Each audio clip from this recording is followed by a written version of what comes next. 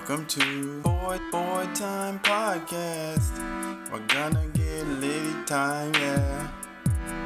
Oh, it's your Boy Time Podcast. Coming in with the slam dunk of a theme song. Hi ho ho, it's me, Park Chan Wook, back at it again with a new episode of the Boy Time Podcast. And as always, I'm joined by Babby and Paul. Hello. How does it feel Stop like, Paul? snorting. How does it feel like to be back on the podcast after being gone? Very nice. Yeah? Are you welcome back in this space? Yes. That's good. This is my safe space. That's good. Yes. This is probably the best safe space on the internet. A space where you can chill out and listen to entertainment news. Probably the best source of entertainment news, I would say. Yeah. We never forget anything. We never forget anything, and I'm always really diligent about my research. And I think it would rival even what Vice could put out, theoretically. Oh yeah. If we had a budget, we would probably be exactly maybe 2 times the amount of journalistic credibility that Vice has. Sounds about right. But unfortunately, we don't have any money, and I cannot hire a research team. Unfortunately. Maybe in the future I'll be able to hire a team of researchers to do all of this work for me, and then I can just talk. And that would be great. I'll do it for $12 an hour. Okay, well, I just said I don't have any You're money. gonna bankrupt. So we're the two that are employed. We shouldn't be asking him. yeah, I am hemorrhaging money, and I am probably gonna go broke within the year. So I cannot afford to pay you to do the research. Plus, it's what I do anyways. So Okay, but the sooner you go bankrupt, the sooner you can start making money again. It's pretty easy, actually. That's the grind set. is that Yeah. true? Sometimes you need a hard reset. Yeah, Does it's the just a bank nice give you hard cash reset. if you go bankrupt? No, Well, then why No, are I Warner mean- Brothers doing it? because they're a business. I'm a business. You're not a business. I'm Boytime Business. Our email. We have 0 capital. We have about $10 in capital. We don't have anything. We can't take it out until we made can't take it $100. Yeah, we have $10 in assets. So that's pretty cool. I'll double our assets just on me. Wow, I appreciate that. I'll send it through mail. Perfect. Send me a letter. I'd appreciate that. But without further ado, last week was very busy. A very long episode. I think we breached 2 hours. If I remember right. Yeah, 2.5 hours. A long podcast. We had a lot to talk about. This week we probably won't have as much. I mean, I know, just looking at my notes, I don't have like a page and a half worth of stuff. I have like a couple bullet points. So I don't think this one will be as long, but I should honestly stop saying that, because every time I do say that, then it's You can do like that 3 confidently hours. since last was 2.5 hours. This one will be shorter than last week. That is for sure.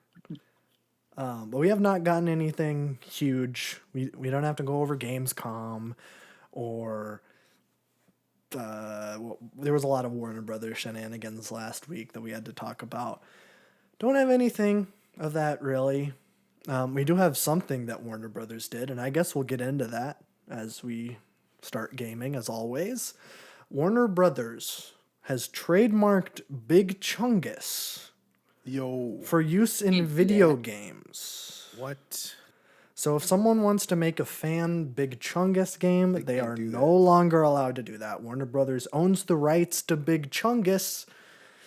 I don't They know. have ripped it away from the people. I What's honestly next? have no This idea is how they highway did that. robbery. What are they going to do next? The trademark Harambe or something? Yeah. I have no idea. I guess technically they have the rights because they own Bugs Bunny, but you don't see like Nickelodeon being like, we're going to trademark Caveman SpongeBob or whatever. Doodle Bob. Or Doodle Bob, whatever. Well, they do. They have the trademark on Doodle Bob for sure. They do. But But yeah, people have been speculating that this is because Big Chungus is going to be added to multiverses, I guess I could see that. Yeah. of which I cannot confirm nor deny. We did get a big trailer because for the Gremlin. I have already forgot what his name is. I know. Oh, why can't I think of the freaking cute one? What's the cute gremlin's name? Everybody knows the cute gremlin's name. I don't remember the gremlins' names. It's like Gidget or something. Gizmo? Is it Gizmo? I think it's Gizmo. It's Gizmo. Yeah, so there was like a little trailer that has Gizmo in it, and then it turned into the angry gremlin that you'll be able to play as. I don't think we've gotten any info about Black Adam, but we'll see. I'll keep you updated if Big Chungus is added to multiverses. Whether it's going to be a skin for Bugs Bunny, which is already in the game, or if it's going to be a completely new character, which I think would be really weird. That would be a weird choice. But honestly, this game is such it's a shit show. There really is no consistency of what their like audience is, so I could see it. They added Rick and Morty after all. There's Rick and Morty, and then there's like there's Looney Tunes stuff like Bugs Bunny, then there's like DC stuff like Batman and Wonder Woman, and then there's like Game of Thrones stuff, and it's like no kid is gonna know who Game of Thrones is. So is this an adult game, like a game that you're gearing towards adults? Well, no, because it's pretty simple and it's not as good and tight as like something like Smash, which is obviously what it's ripping off. So I have no idea who the target audience is of multiverses, but I mean, it must be. I guess it's gamers. I have no idea. It seems to be successful. I've been seeing that they've been pulling crazy numbers on Steam, getting like millions of well, not millions. I think that would be too much. But like millions. Thousands of like concurrent players. If it was millions of concurrent players, that would be a big deal. They getting millions, baby. I don't know. They've probably gotten millions of downloads. I don't think they've gotten millions of concurrent players. Because it was like a big thing this week when CSGO hit 1 million. So I doubt. It barely happens. It barely happens. So there you go. We only got one other little bit of gaming news, and this one is a big, This is a moment. Yeah, this is Tim Allen home improvement moment. So we all know Quantic Dream, the game studio behind Heavy Rain, Detroit Become Human. They have 2 games that have been announced. They have been bought out, not by Microsoft, not by Sony, not Warner by Blizzard, not by Warner Brothers, by NetEase Games, a mobile game company. Oh no. This is weird. I've never even heard of NetEase. I had to look them up to see what they had made. I did not recognize a single thing that they released. Granted, they're all like Talking mobile Tom. games. No, I don't think they made Talking Tom. Let me see what they have made. They're a Chinese company. They are Chinese. So that's where mobile gaming is big. That's why I'm surprised Tencent isn't the one that bought them out. Yeah, that's true. But they made like the Lord of the Rings mobile game. Yeah, there's a Marvel mobile game, Dead by Daylight mobile. They made that. Diablo Immortal. Diablo. Oh, they made the Diablo game? Okay. That one's the one that everyone was upset at. And then they're like, "What? You don't have phones?" Y'all don't have phones? Yeah. So I guess they're a pretty big mobile developer. They have a lot of stuff. It's just weird to buy Quantic Dream. So yeah, I guess we'll see what happens there. We have 2 games that are coming out that are supposed to be console games. I doubt they're going to be transitioning into mobile versions, but I guess it's possible. Yeah, weird. This is a weird one. So I guess I'll keep you posted on that. But that's it for gaming news. Very slow week in gaming. Well, we had a lot of stuff to talk about. Crazy. Last week we had Gamescom and everything to talk about. We had a lot of stuff. but now things have calmed down a little bit. We did get a Halo Infinite thing that people have been upset about, and I agree. I have no idea why Halo Infinite has like the worst development. I wouldn't say the team is bad. I don't want to blame the team. I just think they've been given so little resources by Microsoft, which makes absolutely no sense for Microsoft's big flagship FPS, at least multiplayer FPS. Doesn't make any sense. There's so little support, and they change so little. But yeah, I'm not gonna talk about that for too long though, because frankly, who cares? Not me. Not me. Let's talk about movie news. We got two small things. I saw that the new movie that Timothy Chalamet is in has been, it went to, I don't remember what film festival. I think it may have been Sundance, but don't quote me on that. It got an 8.5-minute standing ovation, which is No, like, it's just for Timothy Chalamet.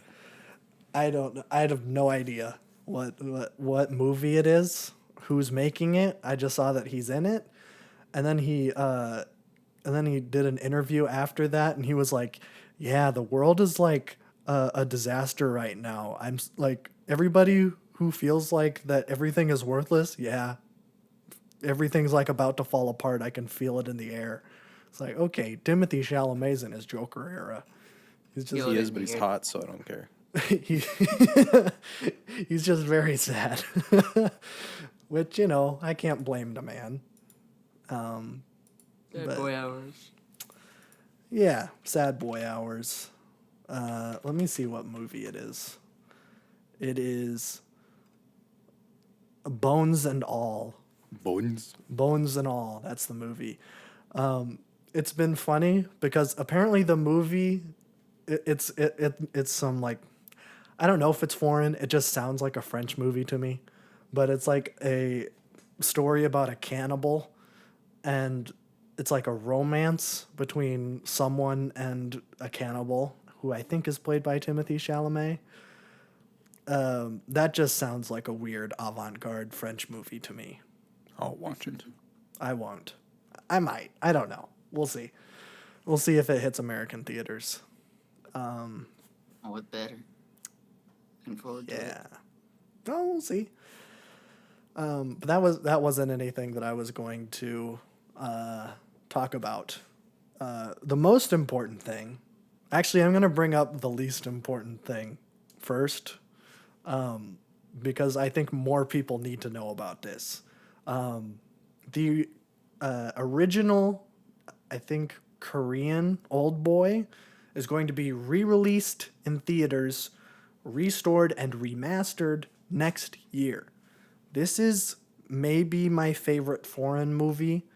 If you are a fan of action, but you're like, action movies, they need a better story. Old Boy has you covered. It not only has one of the best action scenes in any movie I've ever seen, the story has so many twists and turns, it's absolutely crazy. I highly, highly recommend the original Old Boy. And I will for sure be seeing it in theaters, because I have not seen it in theaters, and I would love to.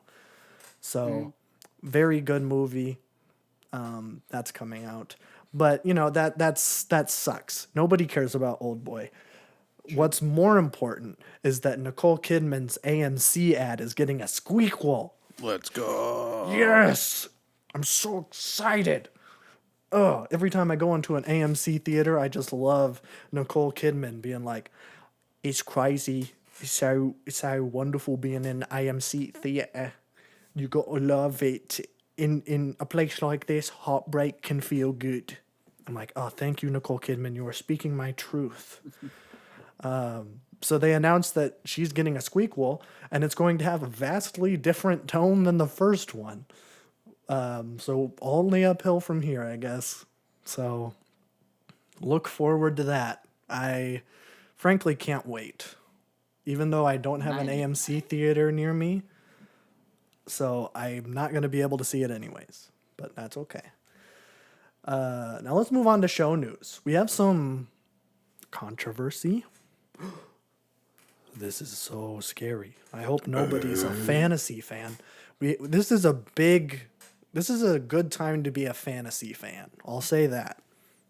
Between the Game of Thrones show that's going on right now and now the Lord of the Rings show that's going on right now. Unless you're a Tolkien head, in which case you are very upset. I don't care, but we are going to talk about it. Because we've had a little bit of controversy. I love it. I know. Gotta love some juicy drama. I love negativity. So I guess for those who are uninitiated, Amazon has released a new Lord of the Rings show called The Rings of Power. Not all of it. The first 2 episodes are out right now. You can watch them. It is the most expensive television show in history. I believe there's one that's being made right now that is actually going to top it. But as of right now, this is the most expensive show. And it shows. It shows. I will say that. I watched the first 2 episodes. I watched the first episode yesterday when it came out, and I watched the second episode today. My thoughts, it's fine. It's not crazy. It's a little bit hard to like get in that universe, and it doesn't really feel like Lord of the Rings or The Hobbit. Some of that is that I think pretty publicly Peter Jackson has been like, yeah, Amazon completely sidelined me and like did not want me involved at all, which I think is pretty sucky because Peter Jackson is the Middle Earth guy, I think, to a lot of people. His Lord of the Rings trilogy is not only one of the best like fantasy trilogies, it's probably one of the best trilogies of movies ever. His Hobbit movies are fine, but that's not his fault because Guillermo del Toro backed out at the last minute, so then he just hopped in and finished it. So when this show was getting started, Peter Jackson wanted to get involved, and then Amazon said, no, we are doing our own thing. Get out of here. So the show doesn't really feel like Lord of the Rings or The Hobbit, which is not necessarily a bad thing. But I guess for those who don't know, Amazon has removed the ability to review this show for a couple days. Yeah, a little bit controversial. I guess they've been review bombed and they didn't want that showed up on their site, even though every single Amazon thing on Prime Video also lists the IMDb score. So you can see on the show that it has a 6.3 IMDb, but there isn't a star rating from Amazon users. So let's get into why people don't like it. I've been trying to do some research into this because I'm interested in it, because I thought the show was decent. But a lot of people absolutely hate the show and have hated the show before it even came out. And that's the people that I don't really want to engage with or really elaborate too much into why they hate the show. They hate it because they hate the show because there's different races, and that's scary. I've seen some legitimate criticisms of this in that the cast and crew have been pretty open that they did not have like different races because it was like integral to the storytelling. It was specifically to push inclusivity, which is something I don't really care about. And it isn't something when I was watching the show that I was like, oh, this is really distracting having like a bunch of like, there's like a black dwarf or a black hobbit. That was not even a part of... Those people will always be wrong and stupid, and they shouldn't have access to the internet. So yes. So I guess if you're upset about that, that's not really the issue that I have with the show. Go in your front yard, lay down, and just roll over a couple of times. But that's probably I would say the majority of the review bombing is those people. But I think there are legitimate criticisms that are levied against the show from people who are diehard Tolkien fans. For the most part, Lord of the Rings and The Hobbit stay pretty faithful to the source material, more so Lord of the Rings than The Hobbit because they had to stretch one book out into 3 movies. And so I think Tolkien fans have been pretty positive about those movies, as majority, I would say. Some people are upset. It's kind of hard to gauge where they're at because I'm not in that community. There has been some drama between the Tolkien estate and the people who are producing all of the Middle Earth content because when Tolkien sold the film rights to, I don't know exactly who makes them. I think it's Warner Brothers. I think they own Lord of the Rings.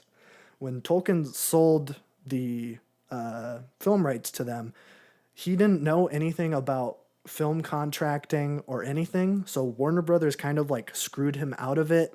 And basically he gave them indefinite rights to Lord of the Rings, both on films and TV, which is not Yikes. generally how it's done. Usually it's like, think like Disney movies. So if Disney wanted to make like a Pinocchio movie, let's say theoretically they wanted to make a Pinocchio movie, they would have to get the rights from the estate for whoever wrote Pinocchio, as long as it was like, at the time they make their Pinocchio movie, that was not in the public domain. So then they would have to like buy the rights for the film for, let's say, like 10 years. So, but in those 10 years, only Disney can make a Pinocchio movie, and no one else can. But then once those 10 years are over, then it goes back to the estate, and then they can give film rights out to whoever they want. But Tolkien was screwed out of that to where now Warner Brothers owns the rights indefinitely. So some Tolkien fans and the Tolkien estate itself is pretty negative about all filmic portrayals of Lord of the Rings. I'm not. I think that the movies are pretty great. I also enjoy the Shadow of Mordor and Shadow of War games. I think those are pretty fantastic. They're obviously not what Tolkien envisioned, but I think that you can take some liberty. As long as it's a good story, that's really all I care about. I don't care if it's accurate to the Silmarillion or any of the other Tolkien stuff that has not been adapted into things.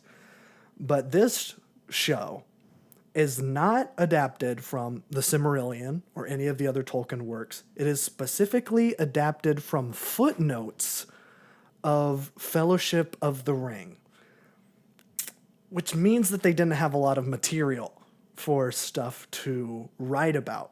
So a lot of it is original stories about characters that were already established in the Lord of the Rings universe. For example, Elrond, who is a very prominent character in the Lord of the Rings trilogy, he is given a pretty big spot in this show. He is working with Celebrimbor, which I know this sounds like, I'm getting into fantasy talk. So people who are not into Lord of the Rings. I have no idea what you're talking about. Okay, Elrond is the guy who's played by Agent Smith from The Matrix, who's in Lord of the Rings, who is like the leader of the elves. You don't have to explain it to me. I'm not going to understand it. Well, you've seen the movie. You've seen the movies. Yeah. So, I still don't understand it. Okay. So, but this is the big thing. Like this. Elrond is working with Celebrimbor. Celebrimbor is the guy who makes the Rings of Power. He is the elvish guy who sets out on making the rings and distributes them amongst all the races. He's been working with him to try to get this thing going, which I don't know exactly if that's how it works in the Silmarillion. Apparently this show is completely and wildly inaccurate to what Tolkien has written and what is established as canon in the Tolkien verse. So some Tolkien fans are upset about the portrayal here. Frankly, I don't know much. I don't read, and I tried to read Fellowship of the Ring, and ooh boy, that is a dry book. Not a big fan of Tolkien's writing style, but I'm a big fan of his storytelling. I think it's very, very good when it's adapted right. And honestly, that storyline in the show is great. And honestly, that's really the only storyline I really care about. We have like, I think four stories going at the same time, which is fine for a show to do that. Game of Thrones is a recent example of a show that does that pretty well, especially the beginning. You have a lot of different aspects, a lot of different perspectives all kind of coming together. And then at the end, they all kind of come together. Not the best. It didn't get really executed the best at the end, but the setup was there and it worked very well. This one, it's so disjointed. I have no idea how these stories are going to interact with each other, and we have not seen any of these characters even in the same like space. So this Elrond thing where he's working on making the rings is its own thing. Galadriel, I don't know how to pronounce her name. Cholesterol. She's also on her own thing. She's also in Lord of the Rings. She is the scary lady who gives Frodo his cloak and a light jar. So she's also, I think she has a ring of power. I think she is one of the people who ends up with one, or one of the elves that ends up with one. She's off doing something else because her brother was killed by Sauron. So she's been trying to seek revenge. So she's doing her own thing. Her and Elrond met once because they're both elves, and I guess they're both friends. You've also got, I guess, proto-hobbits in a, other spot. They aren't called hobbits, they're called Harfoots. I guess it's a different region. These guys are like forest dwellers instead of making nice little homes and hills.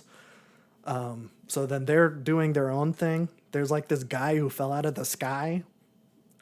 I don't know if that's supposed to be Gandalf. I've had some people say that might be Gandalf. I have no idea. I have no idea what race Gandalf is. He's not man because he doesn't age, but I have no idea. He's a non-aging man. He's a non-aging man. I think there's a specific race that he is, and it might be that he fell from the sky at this time. And then in another realm, we've got this like little village of men, and there's like elvish like police, I guess, that oversee this village because this village sided with I'm just gonna call him Sauron. He's not Sauron. I think it's Morgoth, but everybody knows Sauron, so he's the big bad guy. And this group of men sided with the bad guy instead of fighting with the other men, elves, and dwarfs against them. Good day. So it's been like, I think, 80 years since this great war. And so the elves are like, well, we have to police these guys because they're going to side with the bad guys again if something ever happens. So there's like this hot black elf who's super cool. I really like him. He's pretty epic. And then there's a lady. She's like the only lady in this whole village, but there's like this romance between them that's also going on in this show.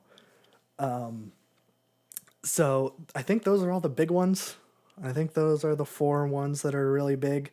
We did just see the dwarfs in episode 2. I am so happy to see dwarves again. They are some of my favorite races in the Lord of the Rings, and I guess in just fantasy in general. Like I like dwarves. But again, this is a little bit controversial. The dwarves' portrayal has been very different from how Tolkien portrayed them in his works, specifically female dwarves.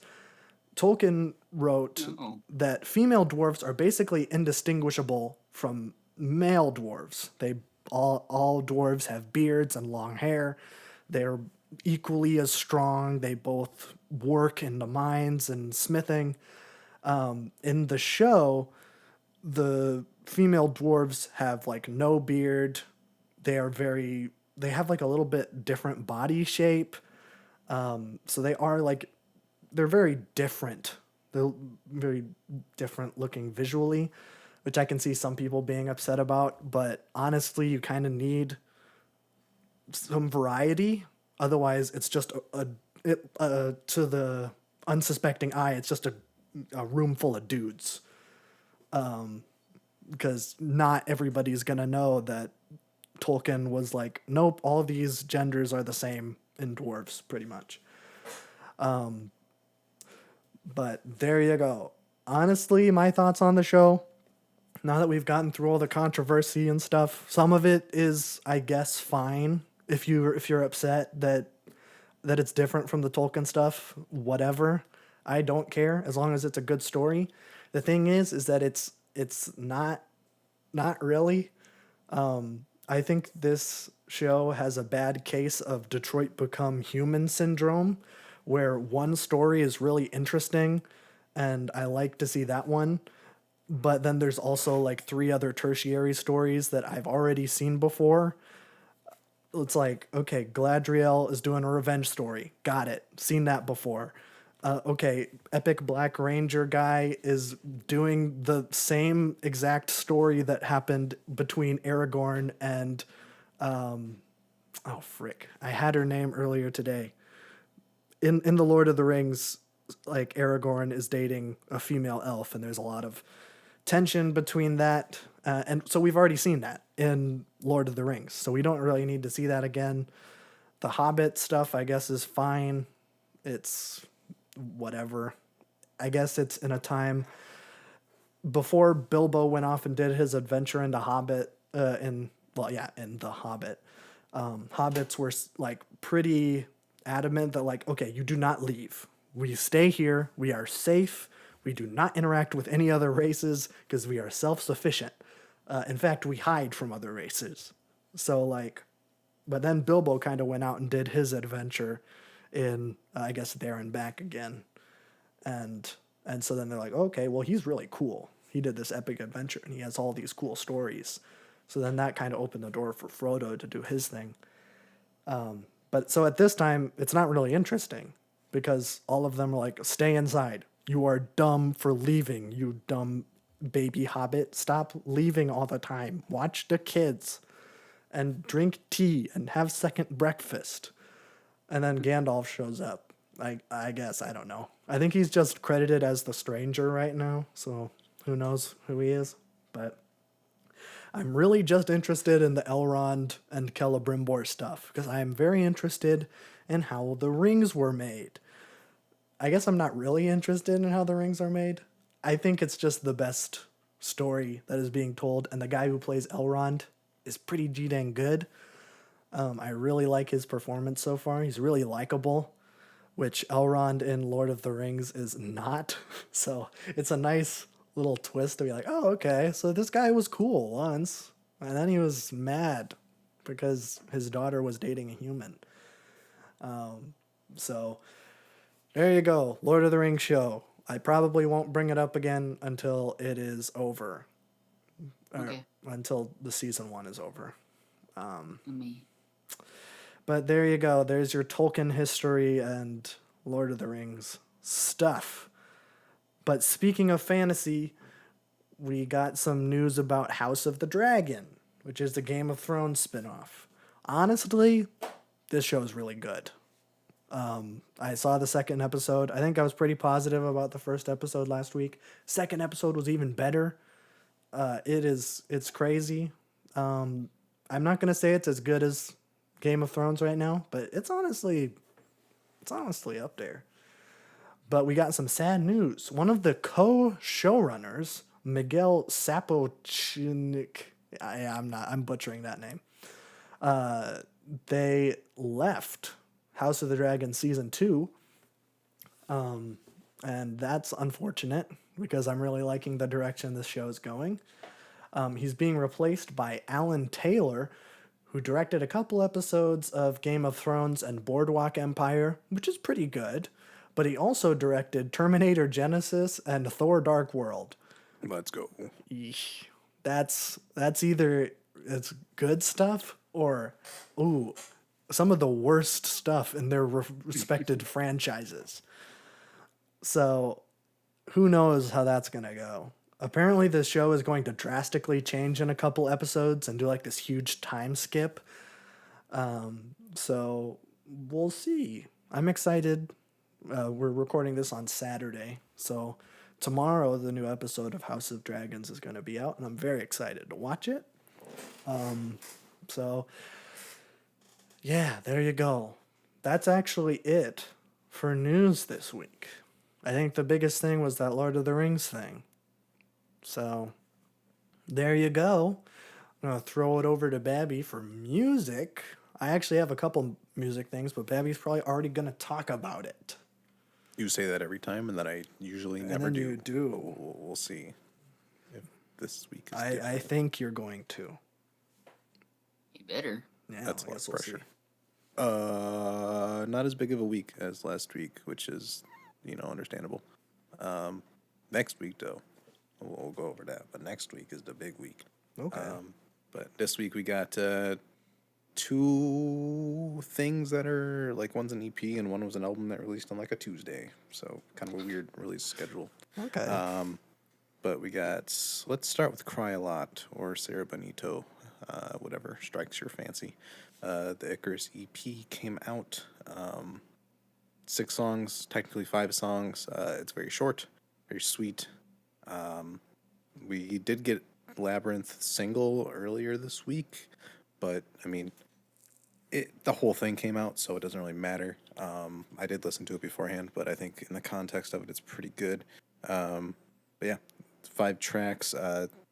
Touch the Sun, Hurt Me, Hell Is Here, Labyrinth, and See You Again. They're all pretty different from each other. I was expecting some more hard stuff like Hell Is Here. I think that one's probably the best track here still, just because of how insane it is. I like her just going full like hardcore Death Grip style-y. Yeah. I think she does that really well. It's really fun. Sometimes you gotta let loose like that, but that doesn't really happen on the rest of this at all. This is a lot more ethereal than I expected it to be, but not a bad thing. I think having her on heavy production is cool. It's a good contrast with her voice because she can do whatever on a track vocally, and I'm gonna love it. She has like one of my favorite voices. It's so unique. But Touch the Sun is great. I think I talked about that when that single came out. Hurt Me is pretty decent. That's the second track. All these run into each other too, which is good. It's one continuous flow, which I always appreciate in these things. And then Labyrinth, the third single that came out this week, is really good. This is really fantastic. Again, it's more of like a dance-centered track, but it's still very heavy in terms of bass and stuff. And the chorus is fantastic. And then See You Again, the closer. She got some Japanese in there again. She doesn't do that a lot. So we got some Japanese verses. It's almost a 6-minute song.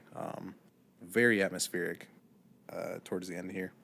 But yeah, this is pretty decent. I don't love every track, but the tracks that I do like, I really like.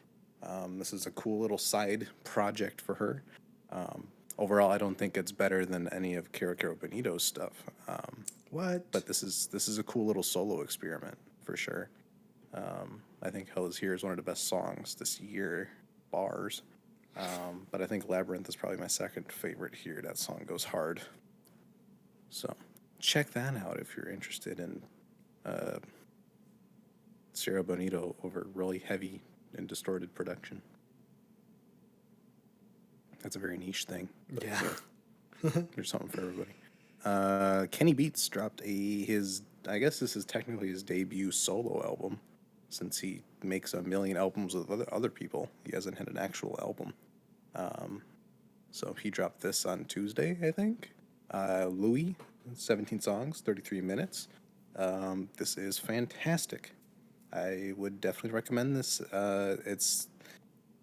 It's like lo-fi hip-hop if it was made by a fantastic producer instead of just Joe Schmo and then shoved into a never-ending YouTube playlist.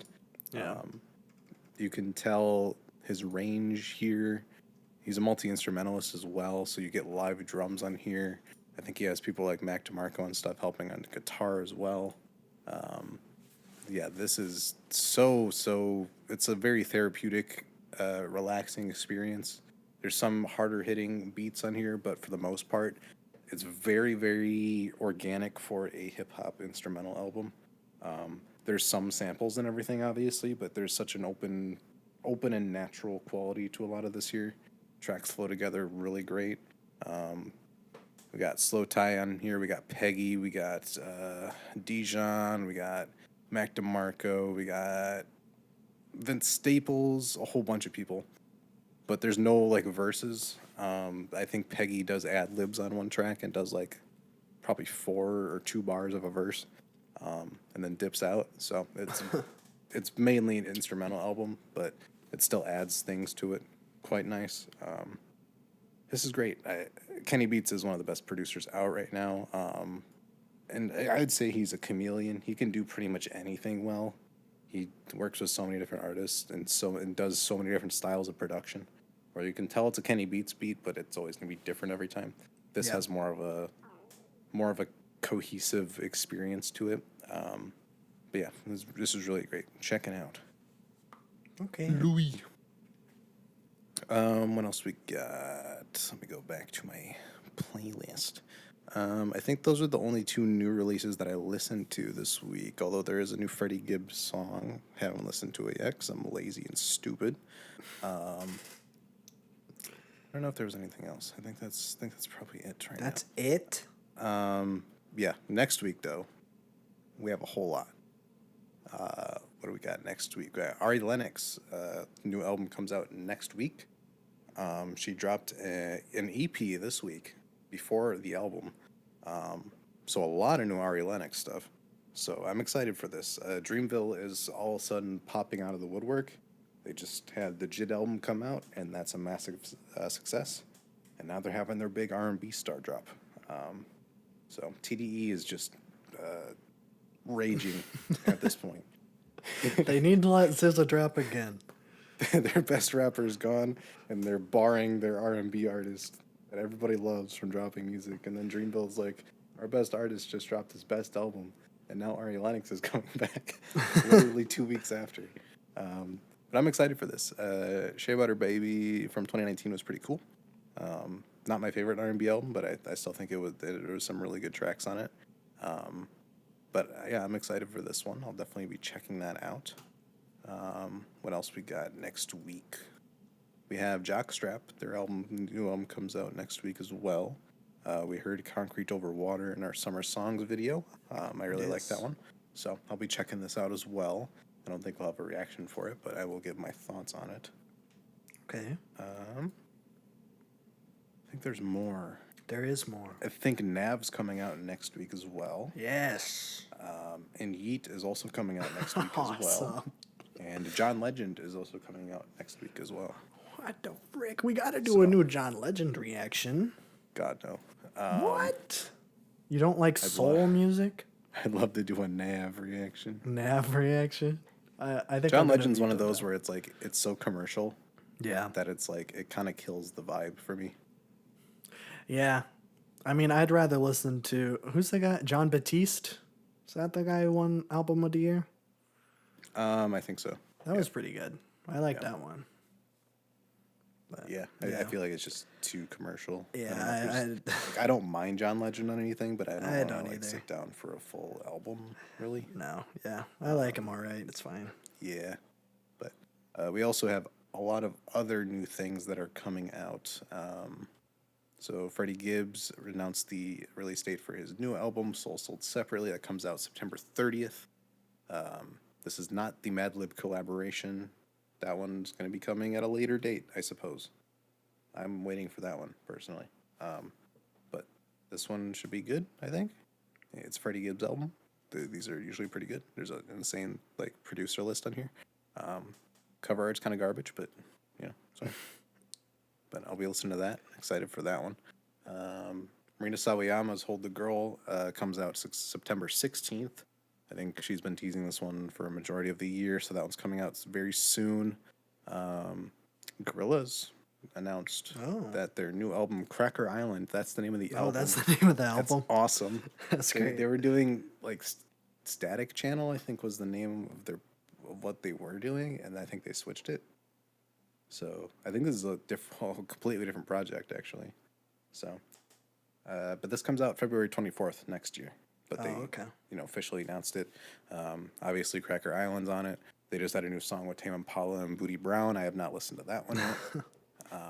But other features on this album are Stevie Nicks, Bad Bunny, and Beck. Oh, So that's a I don't know what a spread. Stevie Nicks. I don't know what a Stevie Nicks gorilla song is gonna sound like. Probably good if I had. Well, Yeah, maybe I think I it's don't gonna be know. interesting. I don't know how Stevie Nicks is nowadays. I don't know. This album cover is also pretty garbage. This feels like a placeholder. It doesn't look good at all. But the name Cracker Island is enough of a sell for me. Yeah, that's funny. Taylor Swift announced a new album. There you go. She's dropping October 21st, same day as Carly Rae Jepsen's new album. What? Who are you spinning first? Taylor Swift. Okay. I didn't, yeah. But this is Midnight's. Have no idea what this is going to be. She just said that it's going to be about all the times of like, midnight thoughts. That kind of stuff. Yeah. So, I don't know if these track titles are final, but it's just like 1, 2, 3, 4, 5, 6. Like that's the name of the tracks. So, which I can dig, I guess. Yeah, I don't know. That'll make them hard to differentiate. Like I always forget what untitled songs I like from Untitled Unmastered. Those I know because there's only 8 of them. Yeah. This has 13. So Yeah. we'll see. I don't know. I don't know what genre she's going to be doing. If she's going to stay in the folklore lane, I kind of doubt it. I feel like she's going to switch it up. I don't know where she's going to go with it. I hope. But I hope we don't it's have still any folklore. producers or anything. So Jack Antonoff, come back, you coward. he could. It's very possible. But yeah, we got that coming. King Gizzard is dropping 3 albums in the month of October. Yeah. And these are new studio albums full of new material. Yes, they did say that. They did say that. And there's going to be a new song on Wednesday With a music video. with a music video. So this is exciting. This would make we'll have 4 albums in total this year. If you don't count Timeland, it would be 5 with Timeland. But Timeland was a not on streaming services album. So I would still I do count own it that. on vinyl. It is literally just 30 minutes of like EDM. Oh. It's interesting. I count it. Yeah, I guess we can count it. Just most people have not heard it. If it's not a live album, I would say count it. As long Yeah, but as it's not it's a like studio album. Oh, is it like curated? Like did they just pick out a bunch of EDM or did they make it? No, they made it, but like they never officially released it. When you look at reviews, like Omni and Gatherum got 967 reviews and Timeland got 94 because you can only hear it if you buy it physically or listen to it on YouTube. Oh. So Yeah, I'll count it. I think that counts. okay, so this would make 5. Yeah. But we'll have more info on that once Wednesday hits. But I'm excited for these. We might do reactions on them. That'd be kind of cool to have like a running little series. If it's like one a week, then that would be like our entire October. But we'll see what happens. So Depends very on what excited we for get. I would have no interest in doing like what's the Rat Nest, that one. yeah, If- I don't if know if it's they're like gonna do a that. thrash metal album. I don't know. I highly doubt it. I'm very particular with my King Giz. But we'll see what happens. We'll see what they do. Well, which ones have you even heard? Fishing for Fishies, Butterfly 3000, and probably half of Omnium. Okay, I so you couldn't haven't get really into even it. listened to their rock music, besides the No. first half of Omnium, and some of those tracks are not what they typically do. Yeah, That could be interesting. we'll see. I would be down to do. I don't know if we will do all of them, but at least 1 or 2. Just do all 3 at that point. I don't know. We ain't stopping at that point. Yeah. But yep, that's coming. Carly Rae Jepsen, talked about that. Don't know if we're getting another single with this or anything, but looking forward to that one as well. Bjork's got a new album coming out September 30th. That's awesome. Fasora, I think it's titled. I don't know. It's Bjork. It's gonna be crazy. I've not listened to a Bjork album yet. We got some on the wheel. I might listen to this one. I want to, so I'm probably just going to Do it. I'll report back. Okay. I should probably have some sort of like footing before we do a Bjork album reaction. Anyways, I'd like some context. So we'll do that. And that's all that's coming for new releases. There's a lot coming. Yes. Only thing I listened to this week, really, besides Death Grips, Video Tomorrow. Dun dun. I listened to Rage Against the Machine's self-titled. Is that 'cause the I have one not- with the monk Yes. burning? Okay. Yes. Yeah. I have not listened to this since I was like 14, probably. And I haven't heard all of it. So I wanted to check this one out because, it's crazy. This is absolutely fantastic. Killing in the Name is one of the best songs ever made. I mean, I first heard that in Guitar Hero 2, as most people my age probably have. Yeah. But that song is absolutely ridiculous. I love it. It's so good. But the rest of these tracks here are almost as good. It's rap metal, which is like a hard thing to kind of do well, but they pull it off so well here. It's rare that like when you have instrumentals this heavy and mean and loud and fast that you can have a vocalist that is even meaner than that. Zach De La Roca is absolutely crazy across this whole thing. Just the rage and energy he brings is so far beyond what most frontmen can do. And the content is fantastic as well. Like he packs so much amazing lyrics and content within it as well. I don't know how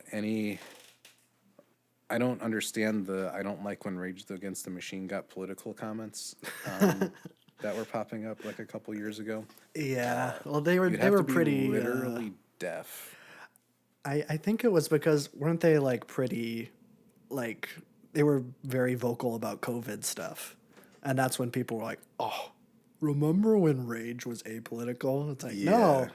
They've always been like the cover. Like isn't that their debut record?" That's their debut record. Look at the single cover for Look Bomb at the Track. cover.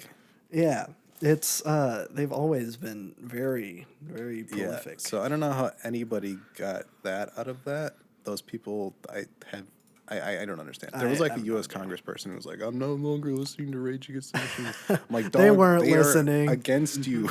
They weren't listening to them back then. No, not at all. Yeah. But lyrics are so incredibly good. They're so like in the pocket with everything. It's crazy. Zach is just straight up spitting theory for 53 minutes. I think the kind of rage you get to get this heavy and passionate of music, I think it has to be against something like this. Yeah. The content has to be this close to home. I think my big problem with metal is the vocals of it usually and the content of it usually, because I usually don't care. Yeah. One, because I either can't understand what they're saying and they're doing this weird, stupid, gravelly voice that I can't stand. Yeah. Or it's just some like weirdo stuff that I can't connect to. When it's stuff like this, I'm like, you feel it, and it's fantastic. That's what I loved about the Chat Pile album that came out this year as well. When you connect it to like personal experience or just overall issues that they're passionate about, it comes across in the music so much better. Yeah. This is our album. It's 10 songs too, so most of these tracks are pretty long.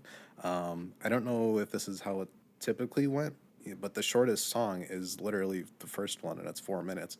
But every song is so heavy. The riffs are fantastic. Tom Morello does amazing with his little freaking wheel guitar.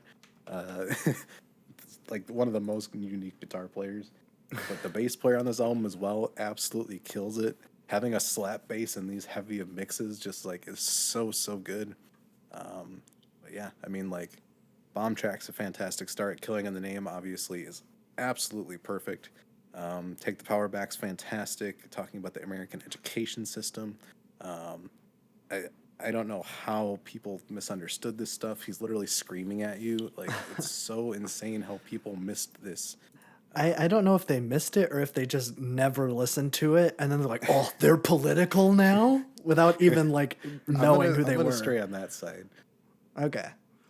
It's like he's talking about Eurocentrism and how the American flag is a lie. Like, it's so far away from what they were thinking. Yeah. Yeah. Like, dog, he's straight up quoting like he's quoting like the Peru Communist Party on here and everything. It's like, dog, you guys have no idea what's happening.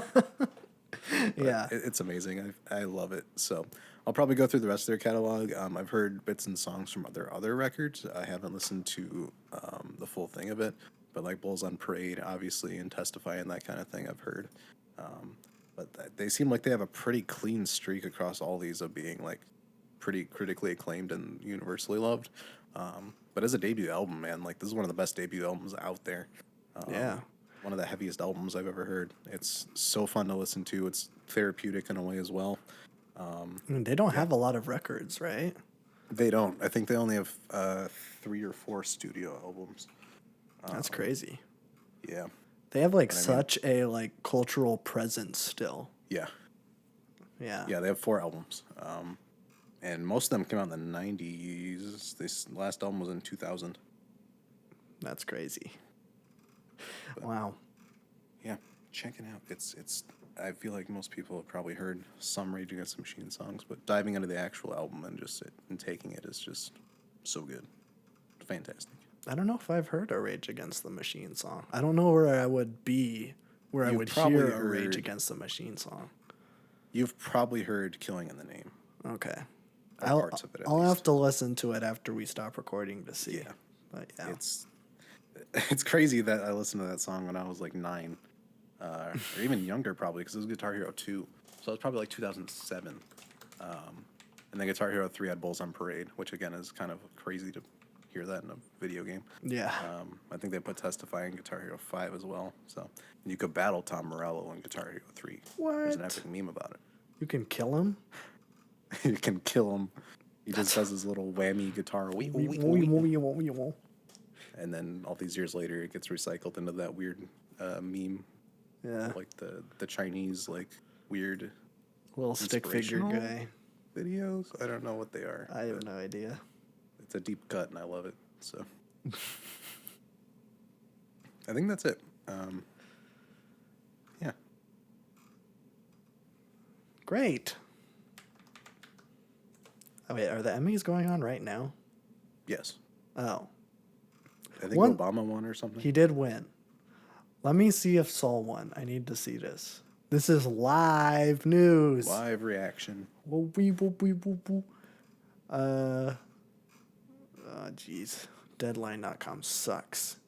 This is all my homies hate Deadline.com. Never use Deadline.com. I didn't even know that it was a thing. You don't know Deadline.com? No. It's one of the biggest TV and film publications, you swine. You shouldn't be surprised that I don't know that. I prefer Empire. Just saying. That one I do know. Okay. These are all the nominations. It doesn't say who's won. This is not a live It's probably not over yet. website. Well, yeah, but they should be doing live updates. Dave Chappelle and Norm Macdonald get Cold Shoulder as Adele Performance Scores Variety Special Emmy. Wait, Norm Macdonald is not giving anybody the cold shoulder. He's dead. Arcane won 4 Emmy. That's crazy. It won 4 Emmys? The League of Legends show? Yeah. Wow. The Super Bowl won the best something. The best variety show.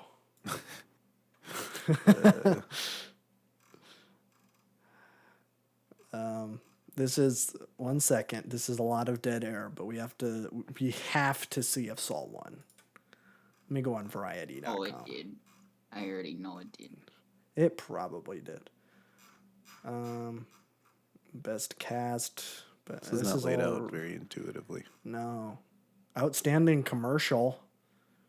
Teenage Dream favorite Sandy Hook Promise. So congratulations. I have no idea who to.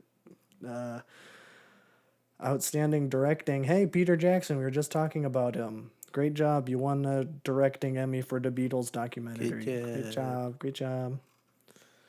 All of these are for Outstanding variety. music direction was the Super Bowl halftime show.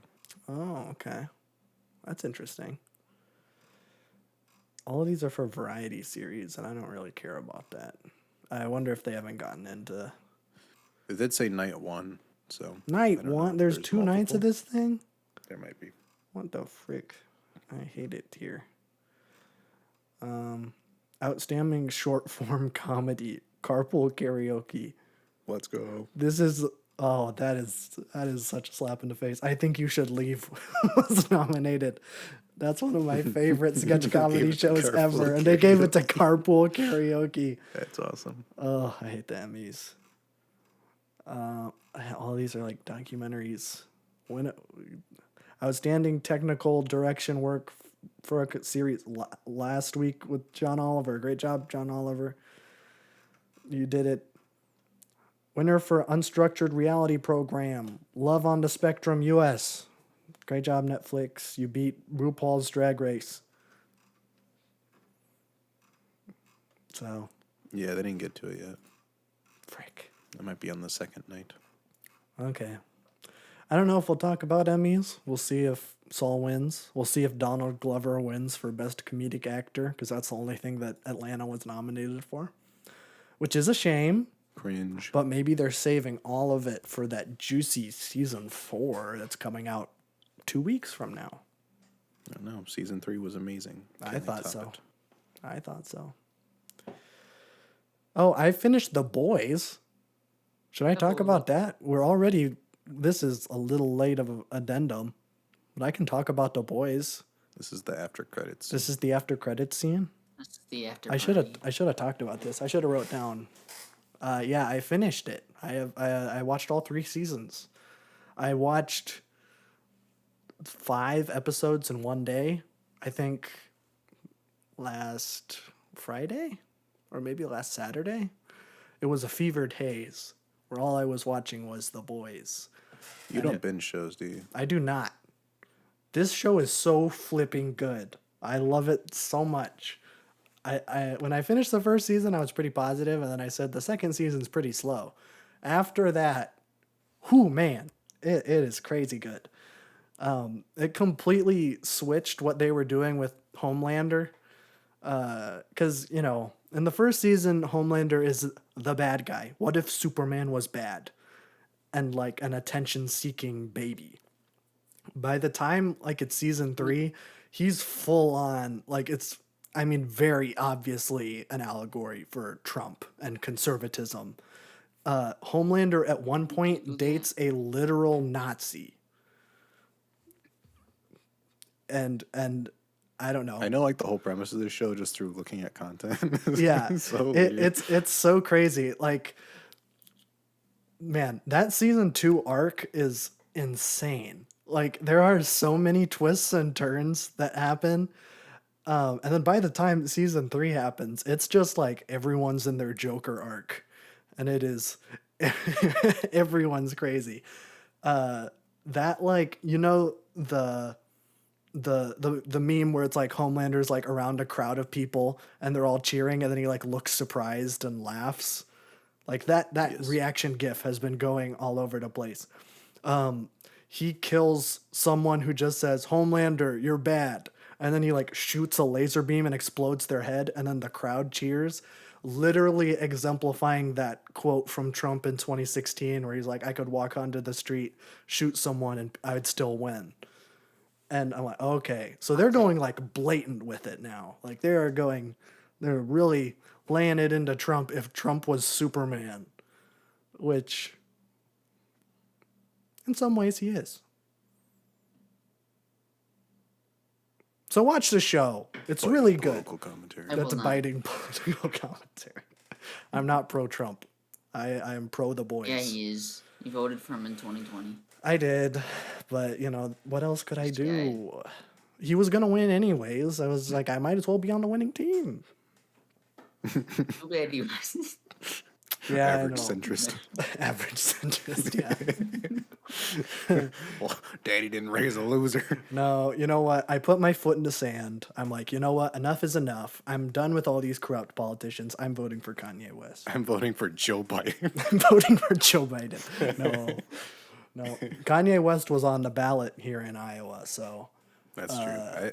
I actually could vote for him. I don't remember if he was on my ballot or not. I think it was a write-in. I Didn't he forgot. get like 5,000 votes? He got a decent amount of votes. And it was There was funny that to one thing where it was like he won. He had early predictions of like winning Kentucky, but then they like entered the data wrong, and he got so sad. yeah, like there's no way this guy actually thought. Like, I don't know. It was funny seeing the birthday party on an official U.S. ballot. So I'd vote for Kanye before I vote for Andrew Yang. So yeah, No. yeah. I don't know. Kanye's a Trumper. no, it's not. He wore the hat, and that's good. He wore enough the for hat. me. He doesn't agree with like a majority of his politics. He just likes him as a person. Yes, which is incredibly sus. Yeah, it's very sus. Yeah, I don't know. We don't need to get political, but The Boys is a very political show, surprisingly. Yeah. I just thought it was going to be, I guess Watchmen's pretty political too. Like the first shot of Watchmen, the show, is police brutality. Well, no, the cop gets shot because he has to have clearance to unlock his guns. So actually, Watchmen is actually a pro-cop show, if you think about it, because if cops have to get clearance to access Didn't their Watchmen open firearm, with the destruction of Black Wall Street? That was a TV show, right? yes, actually, yes, that is the start in Tulsa. Yeah, that's how the show actually starts. And then when the show actually, like the story in the modern times, it starts with a guy getting pulled over and then he's wearing the Rorschach mask. Watch both of those shows. I would say, honestly, right now, Boys is better than Watchmen the show. And I love Watchmen the show. Watchmen had cool moments. It had Wasn't, cool like, moments. Consistent though. I loved the Hooded Justice episode. I thought that was like some of the most compelling superhero content up to that point, where it's a black superhero who is wearing like white face around his eyes so that he doesn't get prosecuted for being a superhero when other white superheroes are doing the same thing with no consequences. I thought that was really interesting. Something I never seen in any superhero media. Let me beat up criminals legally. Yes. So he had to be a white man to So do I had it. to be white. Yeah. Which is also something that Gus from Breaking Bad says in The Boys.